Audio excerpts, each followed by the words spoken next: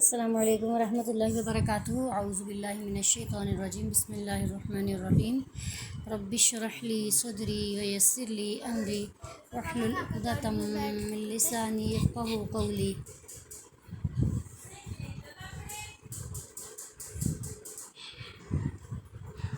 ہاں جی، ہم پڑھ رہے تھے، ہم نے لاسٹ جو پڑھا تھا لیسن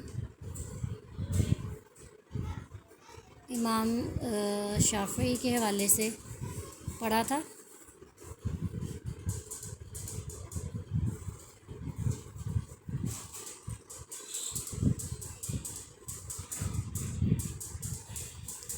جی، امام شافعی کے بارے میں ہم نے پڑھا تھا، دیکھا تھا کہ انہوں نے علم حاصل کرنے کے ذرائع بتائے تھے کہ 6 ذرائع ہیں جن سے آپ علم حاصل کر سکتے ہیں۔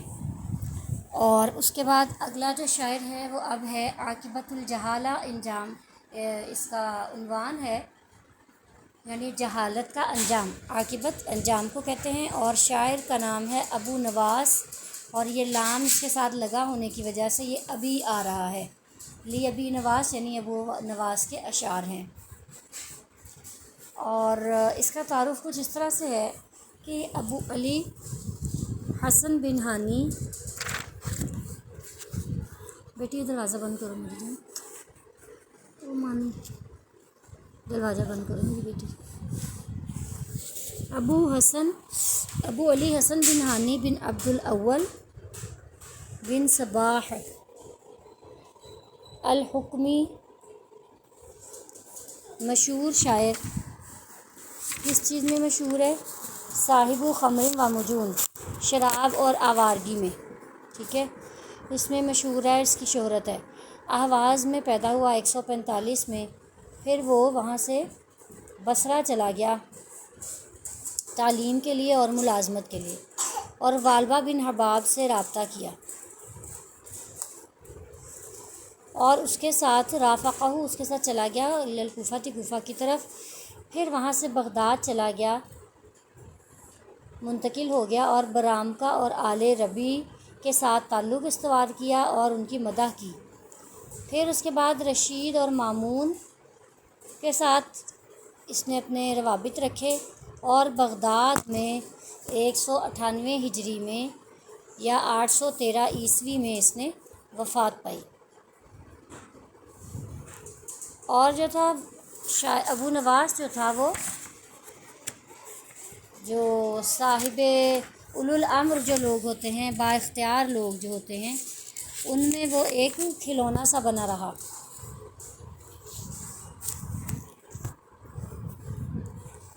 وسارہ علی التقالید العربی، اس نے عربی اور دینی روایات کے خلاف بغاوت کر دی، سارا کا مطلب بغاوت کر دی، بھڑک اٹھا، اور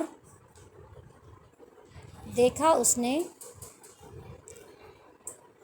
شراب میں، لہو و لعب میں اور آوارگی میں کیا دیکھا؟ اپنے جذباتی بحرانوں کا علاج، یعنی بحران عظمات، بحران العاطفیہ، جذباتی بحرانوں کا علاج، یعنی اس سے چھٹکارا۔ اس نے یہ سمجھا کہ اگر میں شراب میں مصروف رہوں گا، لہو و لعب میں رہوں گا، آوارگی میں رہوں گا، تو یوں میں کیا کروں گا کہ جو میرے اندر جذبات میں بحران پیدا ہو رہے ہیں، میں ان سے نجات حاصل کر سکوں گا۔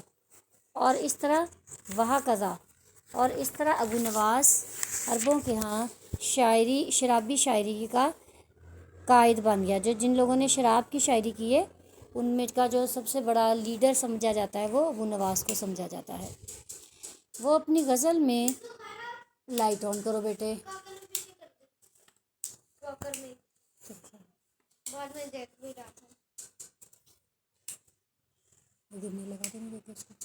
وہ اپنی غزل میں اعلانیہ بے حیائی کی طرف بہت مائل تھا، لیکن جہاں تک اس کی زاہدانہ شاعری کا تعلق ہے تو اس میں سچائی اور رقت اور اثر اور شیرینی ہے۔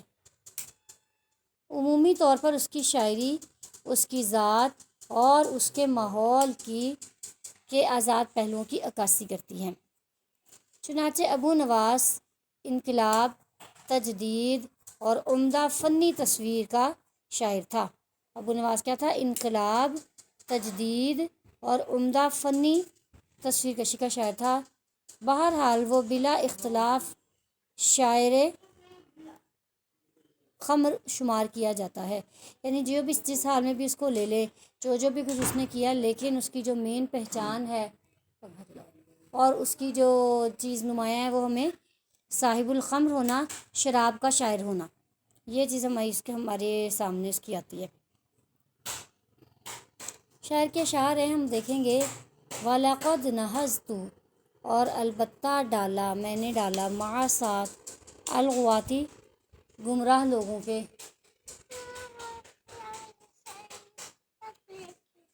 بیٹے پنکھا چلائیں، مما کو گرمی لگ رہی، چلائیں میری بیٹی، آپ نیچے آ دو اس کمرے میں چلی جاؤ، آ جاؤ۔ وَلَقَدْ نَهَزْتُ، اور میں نے ڈالا، مع الغواتی، گمراہوں کے ساتھ، گمراہ لوگوں کے ساتھ۔ حفصو، میں پھر پکڑوں شیطان کو، خود ہی لے عبداللہ اس کو اس کے بابا پاس چھوڑ دو، جاؤ میری بیٹی، وہ دیکھو بابا سامنے بیٹھے، جاؤ بابا پاس چلی جاؤ، لگی نا آپ تنگ کر رہی ہو بیٹے مما کو۔ خود ہی نیچے پانی گلا ہوا ہے، شاعر نے میں نے بھی گمراہ لوگوں کے ساتھ ان کا ڈول پانی بھرنے کے لیے ڈال دیا، پھینک دیا۔ وَلَقَدْ نَهَزْتُ، میں نے پھینک دیا، میں نے ڈال دیا، مع ساتھ، الغواتی، گمراہ لوگوں کے، بدلوہم، ان کا ڈول۔ وَأَسَمْتُ، اور میں نے چرائے، سرح اللہوی، لہو و لعب کے جانور، لہو و لعب کے مویشی، حیث اسامو، جہاں انہوں نے چرائے۔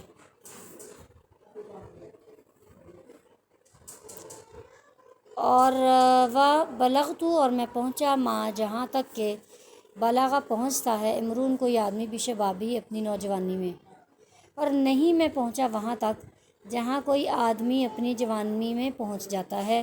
فائزہ، مگر کیا ہے کہ اسارہ تو، نچوڑ، کلی ذاکا، اس تمام کا، اسامو، گناہ ہے، تو کیا دیکھتا ہوں کہ ان سب باتوں کا نچوڑ گناہ ہے۔ ادھر یہ بلیک پجامہ لے لو، اس کو پہنا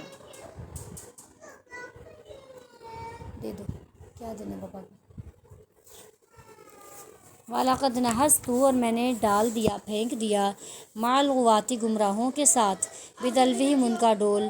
وَأَسَمْتُ، اور میں نے اس کو دے دو، اس کو دے دو، سرح اللہوی، لہو و لعب کے جانور، حیث اسامو، جہاں انہوں نے چرائے، یعنی میں گمراہ لوگوں کے ساتھ ان کی گمراہی میں مکمل طور پر شریک ہو گیا،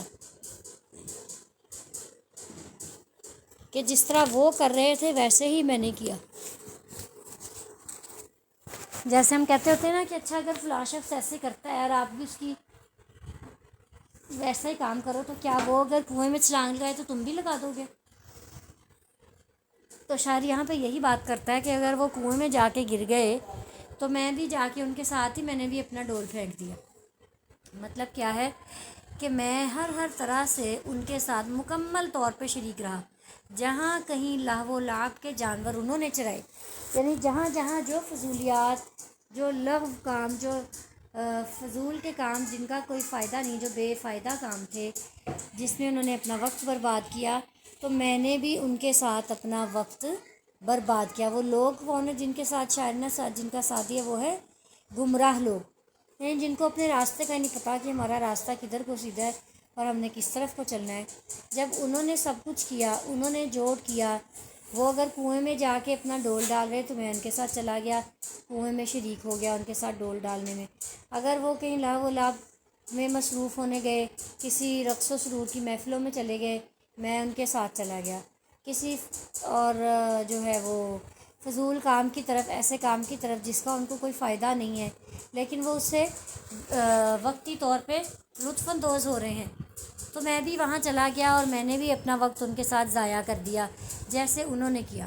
یعنی وہ کہتا ہے کہ میں نے مکمل طور پر گمراہ شخص والی میں نے طرز عمل اختیار کیے رکھا، میں ان کے طریقے پر چلتا رہا، میں نے ان کا نقش قدم اپنائے رکھا، اس کے اوپر چلتا رہا، جیسے جیسے وہ کرتے رہے، جو غلط کام وہ کرتے رہے، جو بے حیائی کے کام وہ کرتے رہے، جو آزادی کے کام وہ کرتے رہے، ذہنی طور پر، جسمانی طور پر، ہر طرح سے جو انہوں نے کیا، میں نے بھی گمراہوں کے ساتھ ان سے بڑھ کر گمراہی کی۔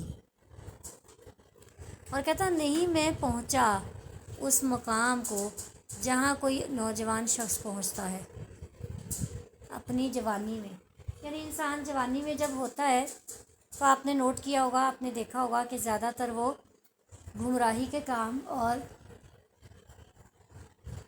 لہو و لعب کے کام اور بے فائدہ کام، ان کی طرف وہ زیادہ بھاگتا ہے۔ جبکہ انسان جب اپنے بڑھاپے کی طرف مائل ہوتا ہے، اس کی عمر جیسے جیسے بڑھاپے کی طرف جا رہی ہوتی ہے، تو آپ دیکھتے ہیں کہ اس کے طریقہ زندگی میں ایک واضح فرق ہمیں نظر آتا ہے۔ ایک جو نوجوان شخص ہے وہ کیا کرتا ہے، کبھی آپ کسی نوجوان کو، اس کی ایک بڑی عام سی مثال آپ دیکھ سکتے ہیں کہ آپ کو کبھی کوئی ادھیڑ عمر شخص یا کبھی کوئی آپ کو بوڑھا شخص نہیں ملے گا جو ون ویلنگ کر رہا ہوگا۔ ون ویلنگ کرنے والا ہمیشہ آپ کو نوجوان ہی نظر آئے گا، اور اوور سپیڈنگ جو بھی کر رہا ہوگا وہ بھی آپ کو جوان ہی نظر آئے گا۔ بوڑھا شخص جتنا عمر انسان کی ڈھلتی جاتی ہے اتنے اس کے کاموں میں احتیاط آ جاتی ہے، احتیاط پسندی، محتاط ہو جاتا ہے۔ کبھی کوئی آپ دیکھیں اس کو، جو بوڑھے شخص ہوتے ہیں ان کو جلدی نہیں ہوتی، بڑی محتاط ڈرائیو کرتے ہیں، بڑے محتاط طریقے سے رہ کے وہ گاڑی چلاتے ہیں، بائک چلاتے ہیں۔ جبکہ یہ کوئی نوجوان ہو تو ادھر سے نکالے گا ادھر سے نکالے گا، کیونکہ جوانی میں انسان کے پاس جو طاقت ہوتی ہے وہ عروج پر ہوتی ہے، اور اسے لگتا ہے کہ وہ ہر طرح کے معاملے کو، ہر طرح کے طریقے کو ہینڈل کر سکتا ہے۔ اس کو کسی کام میں کوئی مشکل نہیں کہ وہ گرے گا نہیں۔ اصل بات تو یہی ہوتی ہے نا کہ ایک بچہ بھی جب قدم اٹھاتا ہے تو ڈرتا ڈرتا ہے کہ میں اس کو اس طرف کو نہ لے کے جاؤں، میں اس طرف کو نہ چلوں، کہیں میں گر نہ جاؤں۔ لیکن جو جوان ہوتا ہے، نوجوان شخص خاص طور پر، وہ اس بات کی بالکل پرواہ نہیں کرتا، کیونکہ اسے لگتا ہے کہ اس نے ہر طرح کا معاملہ ہینڈل کر لینا ہے، ہر طرح کے معاملے کو وہ نبھا لے گا۔ جس بھی طرح کا معاملہ ہے، جس بھی طرح کا مسئلہ ہے، جتنا بھی بڑا خطرہ ہے، وہ ہر خطرے کو گلے لگانے کو تیار ہو جاتا ہے، کیونکہ اس میں طاقت ہوتی ہے اس وقت۔ تو وہ شاعر کہتا ہے کہ جوانی میں میرا بھی یہی حال تھا کہ میں اس حد کو پہنچ گیا کہ جہاں کوئی بھی جو نوجوان شخص ہے وہ جا سکتا ہے۔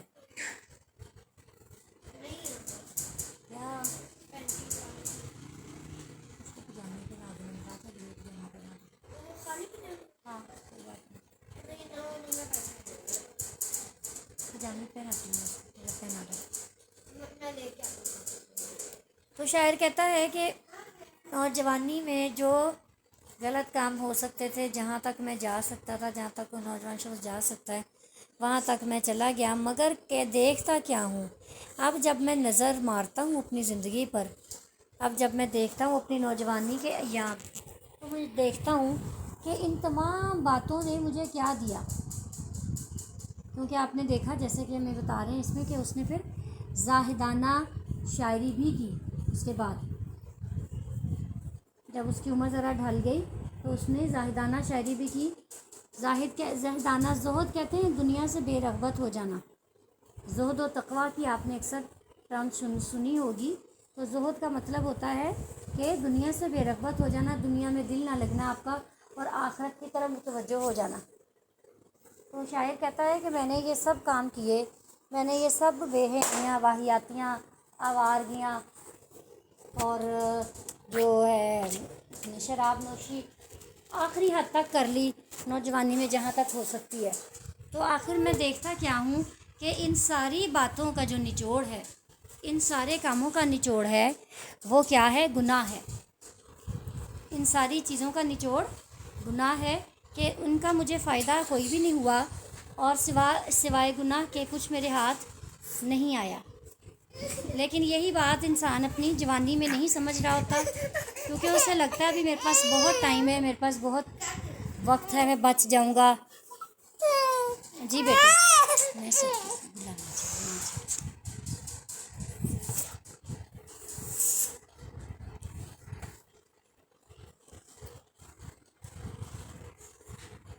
جی، تو وہ جب، لیکن اس کو جب ہوش آتا ہے، جب وہ دیکھتا ہے کہ یہ سارے کام جو میں کر چکا ہوں، اب مجھے پچھتانے سے کوئی فائدہ نہیں، ان سب کاموں کو جو میں نے کیا تھا، مجھے گناہ کے علاوہ ان سے کچھ حاصل نہیں ہوا۔ تو یہ تھا آپ کا شاعر ابو نواس، جو کہ لہو و لعب، آوارگی اور شراب نوشی کا شراب کا شاعر سمجھا جاتا ہے. اس کو صاحب الخمر کہتے ہیں. یہاں تک کہ اس کو شراب کے جتنے بھی شعراء ہیں جنہوں نے شراب کے بارے میں شاعری کی ان کا قائد لیڈر سمجھا جاتا ہے. اگلا جو ہے اشعار وہ اسی کے اشعار ہیں اور وہ اس نے کہے ہیں وَلَهُ فِي الصَّمْتِ، خاموشی کے بارے میں اس نے کہا ہے شاعر نے. شاعر کہتا ہے خلی چھوڑ دے جمبئی کا، جمبن پہلو، جمبئی دونوں پہلو کا، اپنے دونوں پہلوؤں کو خالی چھوڑ دے. لی کے لیے رامن تیر انداز، رما یرمی پھینکنا، تیر پھینکنا، تو رامن تیر پھینکنے والا. تیر انداز کے لیے اپنے دونوں پہلوؤں کو خالی چھوڑ دے. تیر انداز کے لیے اپنے دونوں پہلوؤں کو خالی چھوڑ دے. ومدی اور گزر جا عنہ اس کے پاس سے، بسلامن سلامتی کے ساتھ. ومدی اور گزر جا عنہ اس کے پاس سے، بسلامن سلامتی کے ساتھ. مت مر جا بساتھ دائی بیماری کے، الصمتی خاموشی کی بیماری سے مر جا.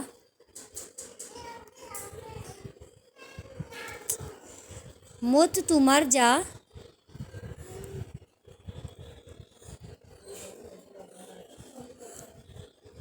یہ بہت پرابلم ہے موبائل کے ساتھ. مت مر جا بدائے سمتی، خاموشی کی بیماری کے ساتھ. خیرن بہتر ہے، لاکا تیرے لیے، من سے دائی بیماری، الکلامی کلام کی، گفتگو کی، بولنے کی. خاموشی کی بیماری سے مر جانا تیرے لیے کلام کی بیماری سے بہتر ہے. انما بے شک، السالم سالم یا محفوظ، من جس نے، الجما لگام دی پکڑے رکھا، فاہو اپنے منہ کو. بیٹا کیا کرتے ہو آپ ساتھ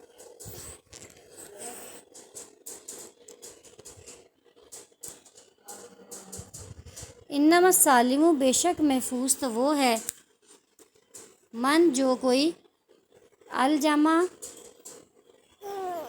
محفوظ کر لے، پکڑ لے، باندھ لے، فاہو اپنے منہ کو، بالجامی لگام کے ساتھ. بیٹھو نیچے بیٹھ.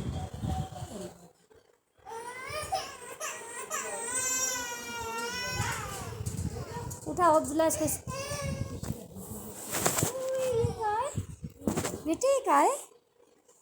انما السالم بے شک محفوظ تو وہ ہے، من جس نے، الجما محفوظ رکھا، باندھے رکھا، فاہو اپنے منہ کو، بالجامی ساتھ لگام کے. شاعر اس میں خاموشی کی اہمیت بیان کرتے ہوئے کہتا ہے، شاعر کہتا ہے کہ تو اپنے دونوں پہلوؤں کو تیر انداز کے لیے خالی چھوڑ دے اور اس کے پاس سے خاموشی سلامتی کے ساتھ گزر جا. وہ کہتا ہے کہ اگر دنیا میں کسی نے سلامت رہنا ہے تو سلامتی تب ہے جب آپ خاموشی کو اختیار کریں. ٹھیک ہے، آپ کسی کو بولیں نہیں، اپنے آپ کو دوسروں کے حوالے کر دیں، کیونکہ اس دنیا میں کوئی شخص بھی تنقید سے محفوظ نہیں رہ سکتا. کہتے ہیں جو چھری ہوتی ہے اس کو ایک طرف اس کی دھار ہوتی ہے، دنیا کی دھار دو طرف کو ہوتی ہے.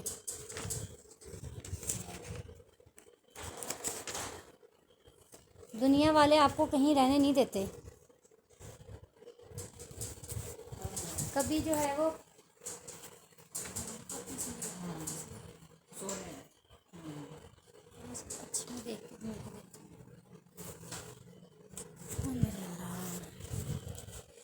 وہ کہتا ہے خاموشی کی اتنی برکتیں ہیں، اتنے فوائد ہیں کہ جس کی وجہ سے انسان سلامت رہ سکتا ہے، ورنہ کوئی شخص دنیا میں محفوظ نہیں ہوتا. کوئی نہ کوئی بندہ کسی نہ کسی طرف سے آپ کو بات کر ہی دیتا ہے. اس دنیا میں سب کو راضی کرنا بہت مشکل کام ہے. ایک ذات ہے اللہ کی جس کو راضی کرنا آسان ہوتا ہے، اور باقی جتنے بھی دنیا میں افراد ہیں، جو لوگ ہیں، آپ ایک ٹائم میں سب کو راضی نہیں کر سکتے۔ ہو سکتا ہے کہ 90% لوگ آپ سے راضی ہو جائیں، لیکن 10% لوگ پھر بھی آپ کی مخالفت کرتے ہیں۔ تو کہتا ہے کہ اپنے پہلوؤں کو تیر انداز کے لیے خالی چھوڑ دے، یعنی اس نے اپنی تیر اندازی کرنی ہی کرنی ہے، تو اس چیز سے نہ گھبرا، تجھے ہر طرف سے تیر ملنے ہی ملنے۔ ٹیمپر لگا دو جی، ٹیمپر لگا دو، ٹیمپر لگا دو، 3 دفعہ پیشاب کر چکا ہے۔ تو آگے سے کہ پیچھے سے؟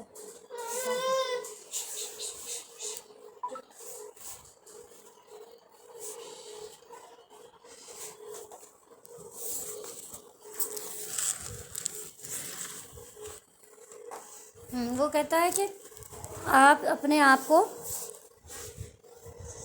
مشکل حالات کے لیے تیار رکھو۔ جو تیر انداز کا مطلب ہے پہلو خالی چھوڑ دینے کا، کہ اس دنیا میں مشکلیں تو ہر طرح سے آپ کو آنی ہی آنی ہیں۔ امن و سلامتی سے کوئی شخص نہیں رہ سکتا، ہمیشہ خطرات کو مول لینا پڑتا ہے، ہمیشہ خطرات کا سامنا کرنا پڑتا ہے، پھر ہی انسان جو ہے وہ دنیا میں کچھ کر پاتا ہے۔ اگر ایک شخص یہی سوچتا رہے کہ میں بس میرے سب لوگ مجھ سے راضی ہی رہیں، مجھے کوئی مشکل نہ ہے، مجھے کوئی پریشانی نہ آئے، تو ایسا کب ہو سکتا ہے کہ جیسے ابو اسماعیل طغرائی نے کہا تھا کہ اگر تم سلامتی سے محبت کرتے ہو تو سلامتی تو ایسا ہے جو انسان کو بلند ارادوں سے اس کا منہ اور رخ موڑ دیتی ہے، اس کو پیچھے کر دیتی ہے، کہ انسان بلندی حاصل نہیں کر سکتا۔ اگر انسان نے آگے بڑھنا ہے تو اس کو اپنے آپ کو خطرات کے لیے چھوڑنا ہوگا، مشکل حالات کا سامنا اسے کرنا پڑے گا۔ اور پھر کہتا ہے کہ تو خاموشی کی بیماری سے مر جا، یہ تیرے لیے کلام کی بیماری سے بہتر ہے۔ وہ کہتا ہے خاموشی کے فوائد وہ بتا رہا ہے، کہتا ہے چپ رہنے کا فائدہ ہے، تو اس دنیا میں اگر چپ رہے گا تو ایک چپ 100 کو ہرائے والی بات ہے، کہ کوئی شخص جو بھی کوئی بولتا رہے، کوئی بھی کچھ کہتا رہے، لیکن جب ایک انسان کرتا ہے خاموشی اختیار، تو دوسرا شخص جو ہے، جو بولنے والا ہے، وہ خود ہی آخر دیکھ کے چپ کر جاتا ہے، کہ جب اس نے تو آگے سے کچھ بولنا ہی نہیں، تو وہیں لڑائی آپ کی ختم ہو جاتی ہے، برداشت سے جو انسان خاموش رہتا ہے۔ تو وہ کہتا ہے کہ چپ رہنے کے بہت سے فوائد ہیں، بہت سے ثمرات ہیں، کیونکہ اللہ کے نبی نے بھی کہا ہے فی السکوت سلامت، ان کے خاموشی میں سلامتی ہے۔ یہ حدیث آپ اس میں کوٹ کر سکتے ہیں، اور اس کے علاوہ ایک حدیث اور آپ کوٹ کر سکتے ہیں، من صامتا نجات، جس نے خاموشی اختیار کی اس نے نجات پائی۔ عائش بات سنو، آپ ہی کے پرس میں سے ان کو پیسے دے دو، وہ اوپر دوائیاں لیں، آپ ہی کے پرس میں سے ان کو پیسے دے دو، دوائیاں لیں، میرے پاس ہے نہیں میرے پیسے، اس کے بابا کو انہوں دوائیاں لینے جانا ہے، وہ دوائیاں لینے سے بیٹھے، ابو سے لے کے 5000 ان کو دے دو دوائیاں لیں۔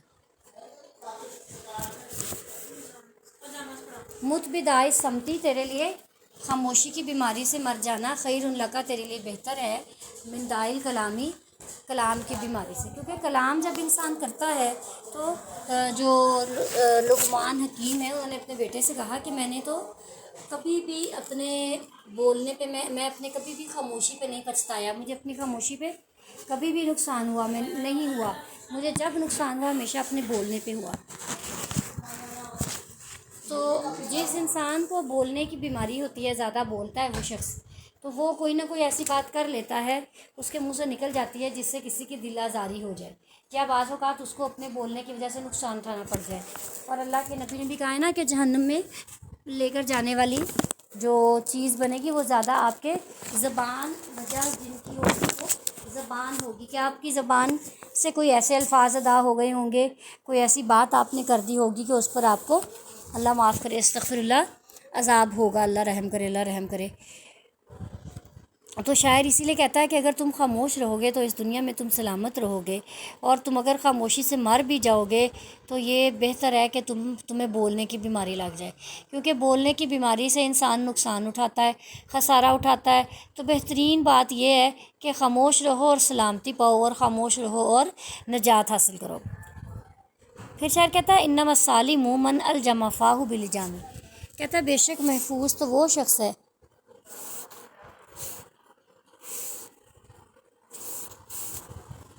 کہتا ہے محفوظ تو وہ شخص ہے جس نے اپنے منہ کو لگام کے ساتھ باندھے رکھا۔ اب پھر وہی بات شاعر بار بار آپ کو اہمیت کا احساس دلا رہا ہے خاموشی کی۔ کہتا ہے کہ تم خود کو تیار رکھو اور محفوظ تم اسی صورت میں رہ سکتے ہو جب کہ تم اپنے منہ کو لگام کے ساتھ باندھے رکھو گے۔ جیسے کہ گھوڑے کے کو لگام دی جاتی ہے نا، ہم کہتے ہیں اس کو لگام، اپنے منہ کو لگام دو، مطلب کا لگام کا مطلب ہوتا ہے کہ اس کو قابو میں کر لیا جائے۔ گھوڑے کو یا جانور جس کو بھی لگام ڈالی جاتی ہے، مطلب ہوتا ہے کہ آپ اس کو قابو میں رکھیں گے، اس کی لگام کھینچیں گے تو وہ سمجھ جائے گا۔ تو اسی لیے کہا گیا ہے کہ جو اپنے منہ کو لگام کے ساتھ باندھ رکھے گا، جو اپنے منہ کو شٹ اپ کال دیے رکھے گا، وہی شخص اس دنیا میں محفوظ رہے گا۔ اس کے علاوہ آپ کا اس دنیا میں بچنے کا کوئی امکان نہیں ہے۔ جب تک آپ بولتے رہیں گے تب تک آپ کو کوئی نہ کوئی نقصان اٹھاتے رہنا پڑے گا، کوئی نہ کوئی نتائج آپ کو اس کے بھگتنے پڑیں گے۔ کلام کرنے کے نقصان، کسی سے لڑائی جھگڑا ہو جائے گا، کوئی برا بھلا کسی کو کہا جائے گا، یا آپ کہ کسی سے تعلق خراب ہو جائے گا آپ کے بولنے کی وجہ سے۔ اس کے دفعہ پڑھ دے یہ بھی آ گیا لوشن میں، یہ کپڑے بھی چینج کر دو۔ تو وہ کہتا ہے کہ جب تک تم بولتے رہو گے تب تک تم نقصانات اٹھاتے رہو گے۔ تو اگر تم اس دنیا میں محفوظ رہنا چاہتے ہو تو تمہارے لیے ایک ہی گزارش ہے کہ تم اپنے منہ کو بند رکھو بس۔ جب تک منہ بند رہے گا، جب تک زبان بند رہے گی، تب تک انسان محفوظ رہے گا۔ جب آپ کسی کو بات نہیں کریں گے تو کوئی بھی آپ کو بات نہیں کرے گا۔ تو آپ جب کسی کو کہیں گے تو جواباً آپ کو بھی کوئی کچھ کہے گا۔ اور ویسے بھی ایک بات جو پہلے بھی میں نے آپ کو بتائی کہ جو ایک چپ ہوتی ہے وہ 100 باتوں کو ختم کر دیتی ہے۔ کہ جب ایک انسان بردباری سے بیٹھا رہتا ہے، نہیں بولتا تو دوسرا شخص بھی آخر لڑنے والا تنگ آ جاتا ہے کہ کیا ہے اس کے منہ میں تو جیسے زبان ہی نہیں ہے۔ اس کے بارے میں ایک آپ کو مزاحیہ ہی بات بتاتی چلوں، ذہن میں آ گئی ایک دم۔ ایک دفعہ نا ایک شخص تھا، ایک خاتون، وہ گئی کسی پیر فقیر جیسے ہوتے ہیں اس کے پاس۔ اس نے کہا کہ جی میرا جو ہے نا میری ساس سے نا لڑائی بہت ہوتی ہے، ہم بہت آپس میں نا ہماری ساس بہو کی لڑائی رہتی ہے، تو کوئی ایسا مجھے تعویذ دے دے کہ ساس جو ہے نا میں اس کو چپ کرا دوں، ہماری لڑائی نہ ہوا کرے۔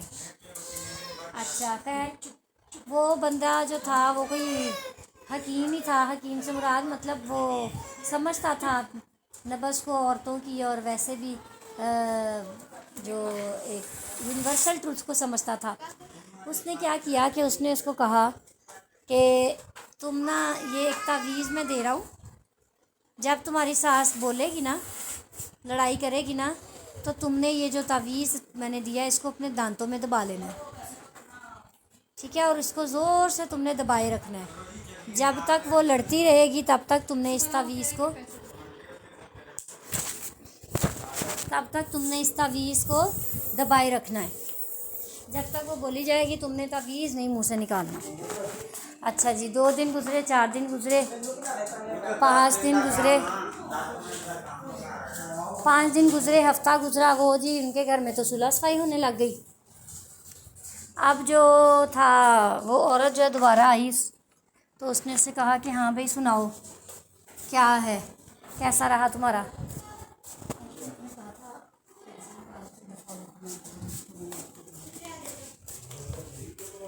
تو اس نے کہا کہ جی ہمارے گھر تو امن و سکون ہی بڑا ہے، اور اب ہماری بڑی آپس میں بننے لگ گئی ہے، اور معاملات جو ہیں وہ ہمارے سیدھے ہو گئے ہیں۔ تو شاعر پھر اس بندے نے اس کو بتایا کہ اس میں حکمت یہ تھی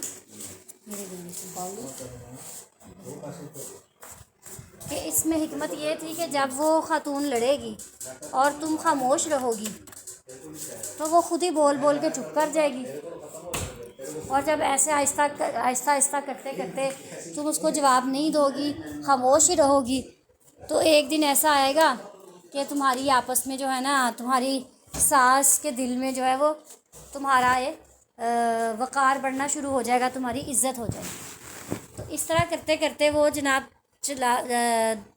اس بندے نے بڑی فہم و فراست کے ساتھ اس کو وہ تعویذ دیا، اور دراصل وہ تعویذ میں کچھ بھی نہیں تھا، ایک کاغذ تھا جس کو اس نے دبانا تھا تاکہ اس کا منہ بند رہے اور دونوں کی لڑائی آپس کی ختم ہو جائے۔